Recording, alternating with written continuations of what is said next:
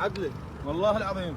شوف سبحان الله، انا وخرت هاي العثره كان عالم هسه ارواح ماتت كلها، كان صارت حوادث باب قسما بالله العظيم على طريق الطارميه. وصادفتنا هاي الصبه، صبه بلاستيك. شلون هاي الصبه؟ معروضه بنص الشارع وتريلات وسيارات، كان صار حادث كل ساعه واحد ضرب بريك وكان الناس هسه ماتت والله العظيم. طبقت السياره مالتي ركنتها على صفها، نزلت واخذت الصبه من الشارع خليتها على الرصيف، وانا متجه على سيارتي دا اصعد السياره والله العظيم قسما بالله شباب عباك رب العالمين نزل الرزق من السماء. سمكه من الكيه طفرت علي، سمكه حيه بعد ما ميته، بعوض البط سمكه طفرت من السياره نزلت عليه.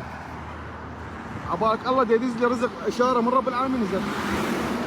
تودا انا وخرت هذا الحاجز او شو اسمه الصبه البلاستيك شلتها من الرصيف ونقذت لها ارواح العالم. الله دز لي اشاره من السماء دز لي هذا الرزق.